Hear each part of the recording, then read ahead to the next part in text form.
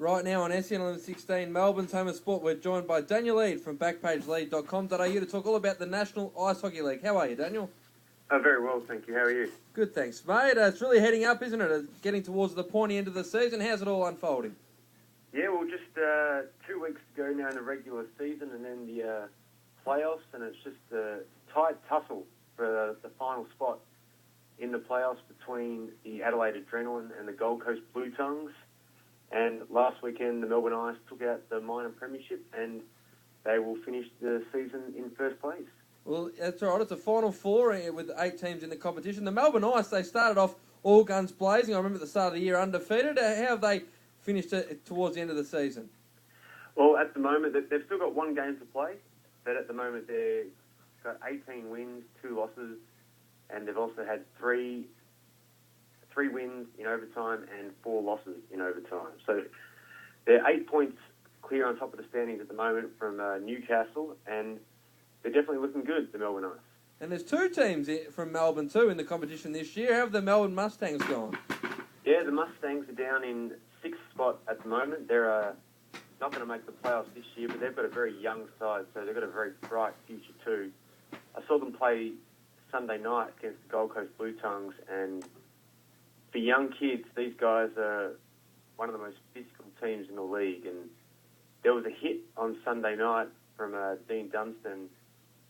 You might have seen the Chris Tarrant hit on Cozzy in the AFL. Similar. It was much, much bigger than that. And it sure did send John Bale to the ground with a big start from the Gold Coast Blue Tongues.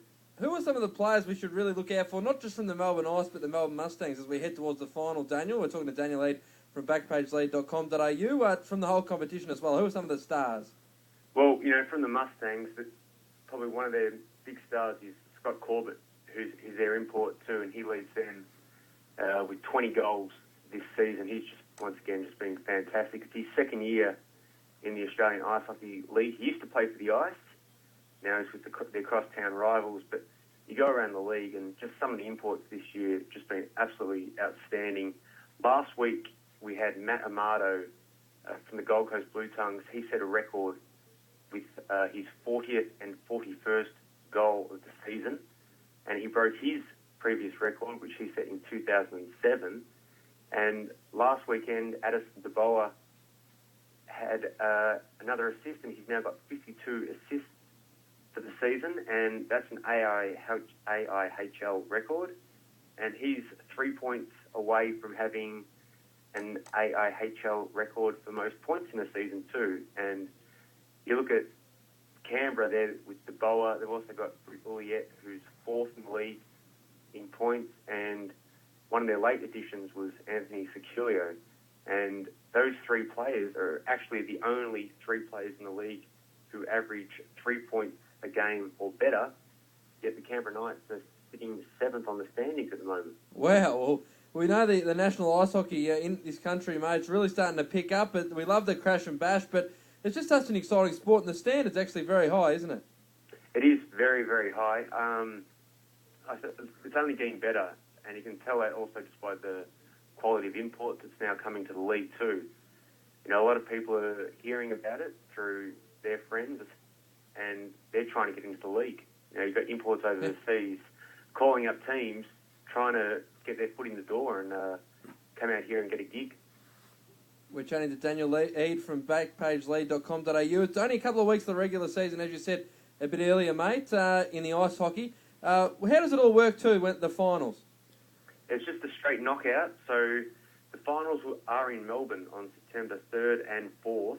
The Saturday is straight 1v4, and then later that night it's 2v3, and the winners turn up the next day and clash for the grand final.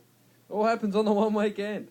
All happens on the one weekend, and tickets are selling really fast. If people want to get tickets, they can go to the website, AIHL.com. Tournament passes are $99, but there's very, very few left at the moment. It's a good segue too, Daniel, because what have the crowds been like? We're hearing that they've been packed to the rafters there at the Melbourne Ice Arena there for both Melbourne Ice and Melbourne Mustangs games. Yeah, well, the Melbourne Ice probably they would have to lead the league in attendances, and they're pretty much on capacity every game. And the Mustangs have their final home game in 2 weeks. It's the 28th of August, and that game already is almost sold out. Gee whiz, it should be a competitive game as well, because Sydney Ice Dogs, who they play in that match, are right up there as well. Yeah, the Sydney Ice Dogs, they're right there fighting for that, playoff spot. They're in third at the moment. You wouldn't think they would drop to fourth. You think they would be able to hold on there.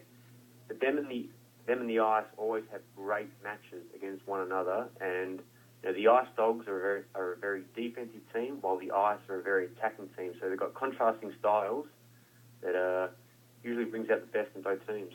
Well, just before the finals, Daniel, and just before I let you go, of course, the Ice host the Sydney Ice Dogs next week. That's right, as you said. Just after next week on the 27th of August. And then the next day, of course, on the 28th of August, the Melbourne Mustangs host the Canberra Knights at Melbourne Ice Arena. So make sure you get along there, everyone in SEN land. Speaking of the finals, though, mate, Melbourne Ice, no one can stop them, you would say, or who are their biggest threats? Well, what a lot of people have said is because it's just a knockout series, on the day, anyone can win. They have had some trouble with the Adelaide Adrenaline, who were in fourth spot during the season. You'd like, I suppose, for the people down in Melbourne, they would like the Ice to win. And if the Ice are going to play both days, that a lot of people down here in Melbourne will probably enjoy that more. They're definitely going to go in as the favourites, but really you could, pick a team out of a hat and make a case why that team could win it.